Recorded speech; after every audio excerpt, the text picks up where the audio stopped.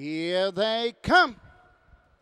Welcome to this week's special edition of Here They Come. I'm Paul Ramlow. And I'm Jessica Schroeder. Well, Jessica, it's quite a privilege and an honor for us to be out here at Scioto Downs. A lot of improvements as the 2012 harness racing season is opening up. Yeah, we're sitting here in the penthouse right now, and it just opened up on Sunday, May 6th for simulcasting. And then this weekend, with opening weekend for the live racing, people are going to see a lot of different improvements around here. Yeah, not only in the penthouse, but the grandstand has shown quite a few improvements, and also that big building you're going to see in the parking lot when you first pull into the driveway is going to be awfully impressive.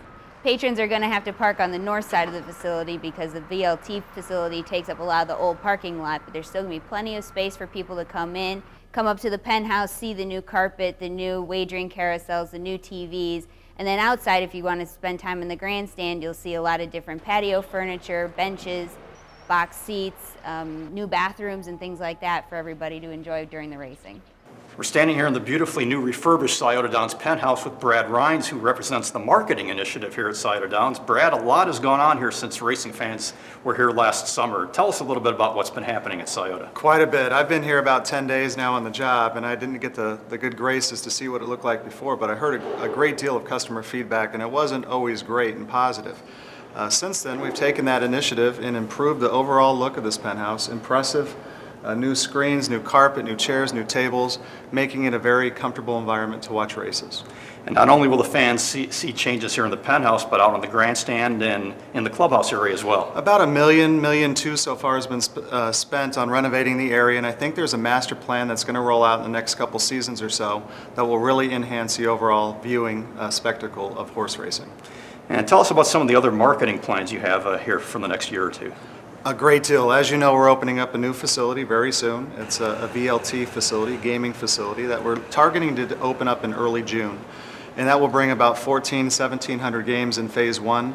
And in phase two, we'll bring another 400 to 600 games to make it about 2,400 total VLT games on the marketing side for the casino operation. So that will be rolling out in early June. Phase two will be mid-July. And we really look to enhance the overall racing experience and gaming experience and overall entertainment experience for our guests. It's amazing. You'll see a big 40-foot sign, big marquee out front that will really have a 360-degree rotation of visual representation and artwork going across the screen when you're pulling up. Quite an attraction for sure. As you can see behind me is the racetrack and the updated billboards, but what you can't see behind that area is the improvements that they've made to the backstretch here at Scioto Downs. There's a lot of barns that have been taken down and the roofs repainted and updated. They've taken down the old paddock that used to be an open air paddock. There's a lot of more green space back there. New this year, they're actually going to have horsemen stabled in the winter barns, which is inside the little track, and there's a new horseman's entrance off of Parsons Avenue. So if you're a horseman and you're traveling to Scioto Downs, don't try and come in off of the entrance on 23 anymore. Take a turn around and come in on Parsons Avenue. Live racing will be held here at Scioto Downs on a Thursday, Friday, and Saturday night basis with first post time at 6:30 p.m. Eastern Time. Scioto will host 5 legs of the Ohio Sire Stakes Series later this summer. They will also host Ohio Super Night on September 8th, which features the 8 Ohio Sire Stake Championship finals. Among the horsemen back at Scioto this year are Dan Noble, who was the leading driver in North America last year, as well as perennial training champion Virgil Morgan Jr.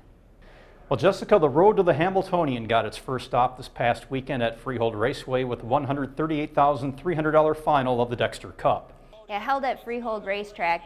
Not Afraid wore trotting hobbles for the first time for trainer Jimmy Takter and driver Ron Pierce, and he made it a winning time in 1:55.4. Our Ellen Harvey from Harness Racing Communications was at Freehold, and she caught up with trainer Jimmy Takter. It felt a little bumpy for me last week here, you know. I mean, we did a couple of adjustments. We pulled all the shoes on him, raced him barefoot all around, and the horse had, you know, the track here in Freehold is a little bit cuppy up and down, you know, so it's just to keep him stable. He's very lightly raced up until this year. I think only had one start last year. Tell me why we've seen so little of him at the races. I think he raced once or twice last year, and he got sore right time, and we find it like a little hairline fracture behind, and we put a couple of screws in him and quit with him for the years, and he came back really good. Not Afraid is owned by Jimmy's wife, Christina Takter, along with John Fielding and Goran Anderberg. And by the way, Not Afraid's time was just 1/5 of a second off the stakes record. Well, speaking of Hamiltonian hopefuls, Jessica, trainer Ray Schnitker has a pair in the outstanding 3-year-old filly trotter Check Me Out, as well as the 3-year-old colt trotter Delano.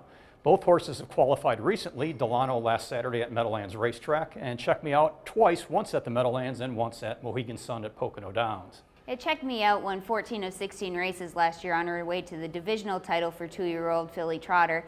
And our Ken Weingartner caught up with Ray to talk about the filly and her road to the Hambletonian or the Hambletonian Oaks. Yeah, she's been very good and did that. I think she can go 53 right now at Pocono. So when you get in that area, it's rare. Did you see her grow or change or attitude? Maybe not. She was the same. She was just a killer all last year. But she come back, she didn't change. That was good because she had a great attitude last year. She's like she still likes it. And she's very sound. So time will tell. Do you worry in the winter when you have a horse like that? Are you anxious to see how they come back the first I always time? said you see the first the couple qualifiers and they qualify with bad, you're in for a long year. So that first qualifier, she went very good here, and then she come right back and Pocono. She was awesome the other day, and so I think we're in good shape. TrackMaster, in conjunction with its parent company Equibase, has launched a brand new handicapping tool for the iPad. It allows you to make notes on the iPad just like you would on pen and paper. It is also available, Paul, for thoroughbred and quarter horse programs as well. The app can be downloaded for no charge from the iTunes store, and then each individual racing program costs $1.99. In addition to traditional program information, TrackMaster exclusive value-added statistics will also be available, like speed and class ratings, post position stats, pace and power ratings, driver and trainer stats, and much, much more. Well, that wraps up this week's edition of Here They Come. I'd like to thank Jimmy Takter, Ray Schnitker, Ellen Harvey, Ken Weingartner, and Stacy Cahill and Brad Rhines, and all the folks here at Scioto Downs for their help in doing this on-location shoot.